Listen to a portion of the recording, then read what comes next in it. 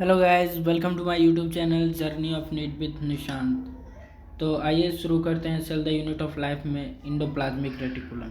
इससे प्रीवियस वाले लेक्चर में हम लोगों ने इंडो मेम्ब्रेन सिस्टम कर लिया था। वह इंडो मेम्ब्रेन सिस्टम क्या होता है? इंडो मेम्ब्रेन सिस्टम वैसा सिस्टम होता है जिसमें कि जो सेल ऑर्गेनेल्स हैं वैसे cell organelles endomembrane system में प्रेजेंट होंगे, जिनका फंक्शन क्या होगा? कोऑर्डिनेटेड होगा, सिमिलर फंक्शन होगा, एक दूसरे से कोऑर्डिनेटेड जुड़े हुए फंक्शन होंगे। ठीक है, एक दूसरे पर डिपेंडेंट। ठीक, कोऑर्डिनेटेड होगा, यानी कि इसके बाद जैसे कि कौन कौन थे?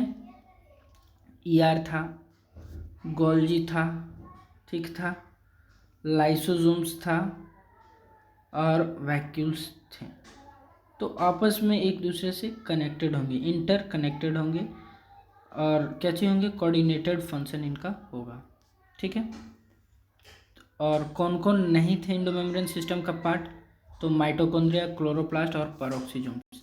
तो चलिए इंडोप्लाज्मिक रेटिकुलम पढ़ते हैं। इलेक्ट्रॉन माइक्रोस्कोप की study eukaryotic cell reveal the presence of network of reticulum, tiny tubular structure scattered in the cytoplasm is called endoplasmic reticulum.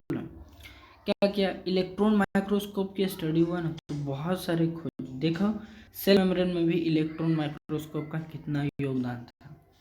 Eukaryotic cell को देखा गया इलेक्ट्रॉन माइक्रोस्कोप से, तो पता चला कि नेटवर्क, ट्यूबुलर नेटवर्क प्रेजेंट है, ट्यूबुलर नेटवर्क प्रेजेंट है और क्या चीज स्कैटर्ड है साइटोप्लाज्म में, जिसे हम क्या बोल रहे हैं? Endoplasmic reticulum. ओके, और ये जो मैं ऐसा फिगर बना रहा हूँ ये आपको अभी समझ में नहीं आएगा, आपको जल्द समझ में आएगा कि ये क्या चीज़ का फिगर है। Space into two distinct compartment, जो ईआर था डिवाइड्स कर दिया इंटरसेलुलर स्पेस यानी साइटोप्लाज्म को दो पार्ट में, एक ल्यूमिनल जो कि इनसाइड ईआर रहेगा और extra luminal cytoplasm.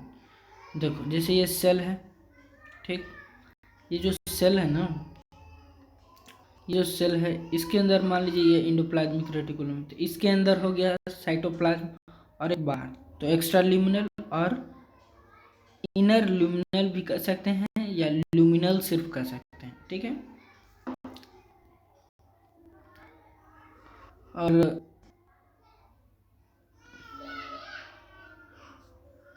The ER often shows ribosomes attach to their outer surface. प्रायः क्या होते हैं? ईआर इंडोप्लाज्मिक रेटिकुलम पर राइबोसोम्स जुड़े हुए होते हैं, ठीक है, जिस पर राइबोसोम्स अटैच होंगे, यानी endoplasmic reticulum bearing ribosomes to their outer surface called endoplasmic reticulum, rough endoplasmic reticulum. अगर in the absence of ribosomes they appear smooth and are called smooth endoplasmic reticulum.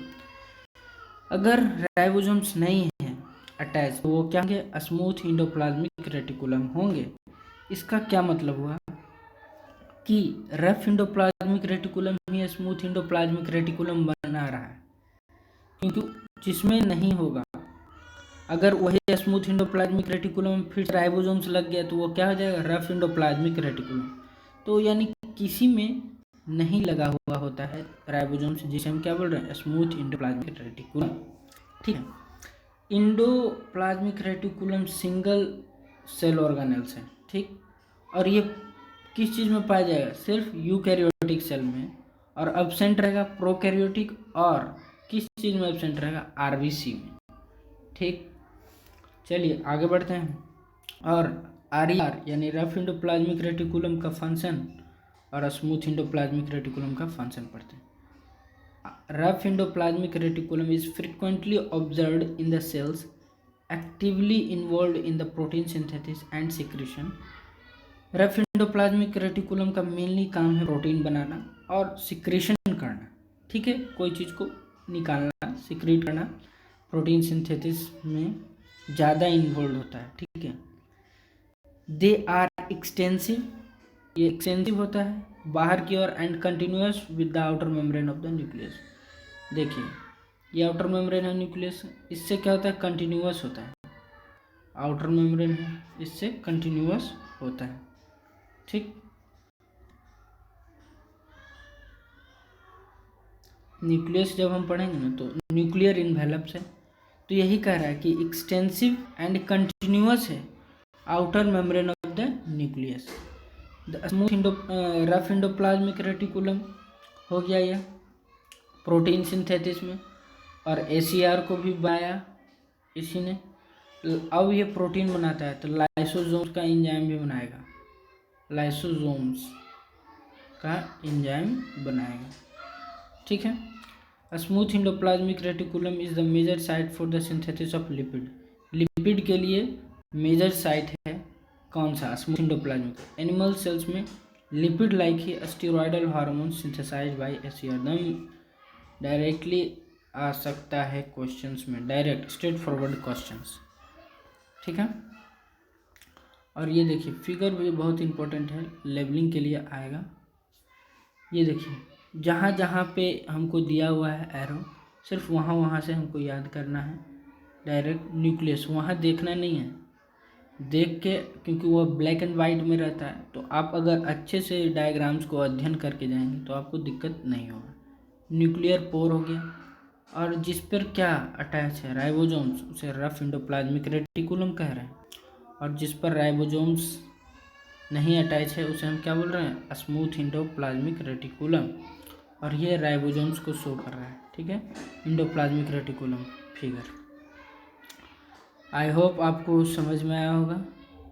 तो NCERT को फिर से दोबारा पढ़िए और क्वेश्चंस प्रैक्टिस कीजिए। देखिए आपको पता चल जाएगा कि कोई भी इससे एक्स्ट्रा नहीं आएगा, और जो होगा भी वो हमारे सिलेबस में नहीं है।